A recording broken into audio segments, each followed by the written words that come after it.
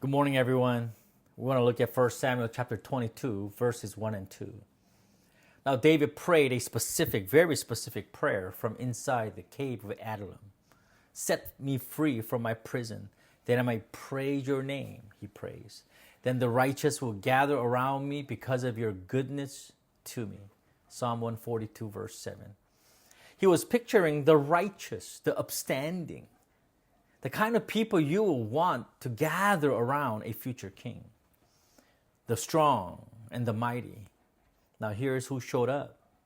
The broken, the financially buried, men who had tried the system and found it fixed against them under Saul's reign.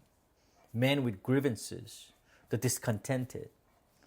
Those in debt, in distress, 400 of them slid into the cave with David. Then 600. He prayed for the righteous and God sent the desperate. You could read that as a disappointment. David probably did at first, perhaps. He was already down there feeling like he had nothing left. And God's answer to his prayer was 600 men who smelled worse than he did and had problems of their own. Maybe you can relate with that. You ask God for your needs, the clear path, the right people, more opportunities to open up. And what comes is what looks like something that you didn't pray for, that you didn't ask for. It looks like more trouble, more need, more people asking something of you when you have nothing left to give. You have this picture of what God's help is supposed to look like.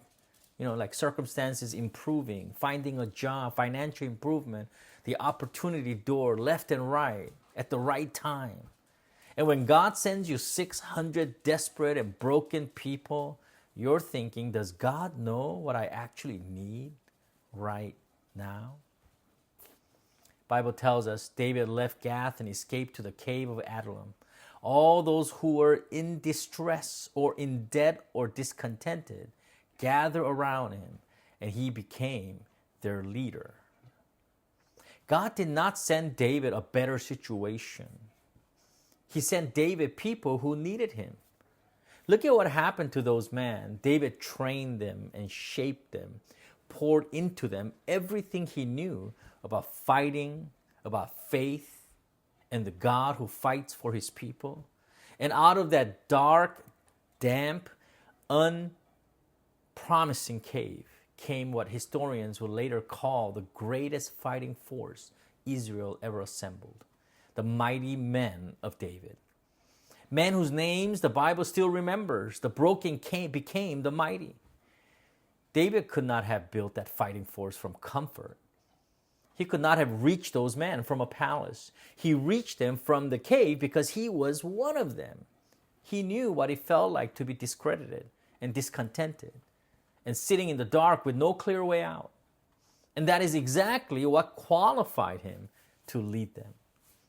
The thing he thought disqualified him was the thing that made him accessible. The cave did not disqualify David.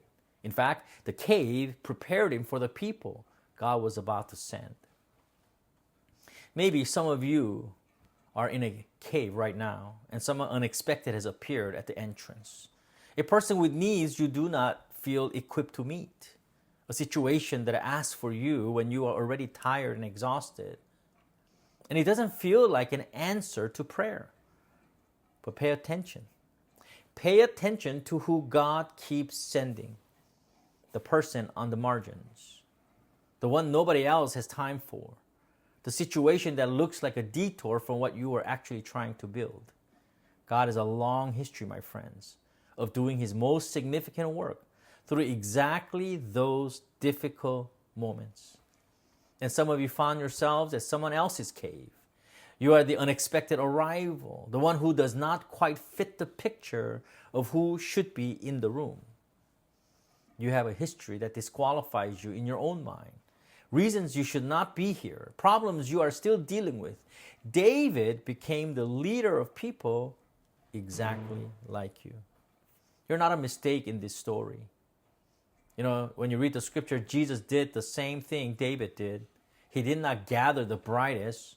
He gathered the fishermen, tax collectors, a zealot, a woman with 7 demons, people the religious leaders had written off. He trained them through 3 years of ordinary life, shared meals, dusty roads, late nights on the water, and out of that small, unpromising group came the movement that turned the world upside down. He reached them because he was one of them. Not broken the way they were broken, but present the way only someone who has been through the worst can be present. He went to the cross, the lowest point anyone has ever reached, and he came out the other side. And now he sits with the broken and the discontented and the ones who do not fit the picture. And he says, I know this cave. I've been there. Follow me. I'll lead you out. The people God sends you in the cave are not a distraction from your healing. In many cases, they are your healing, pouring out what little you have left for the people the world overlooked. And you find that the thing you thought disqualified you is exactly what lets you reach them. That is not coincidence, my friends. That is how the kingdom works. God keeps choosing the caves. Just read the Bible. He keeps sending the unexpected. And he keeps making the broken into something no one saw coming. The broken became the mighty, not despite the cave, but because of the cave. Look at who is standing at your entrance right now. God may be answering a prayer you did not know you prayed. My friends, look closely. Look what God is doing in your life while you're in your cave. May God be with you.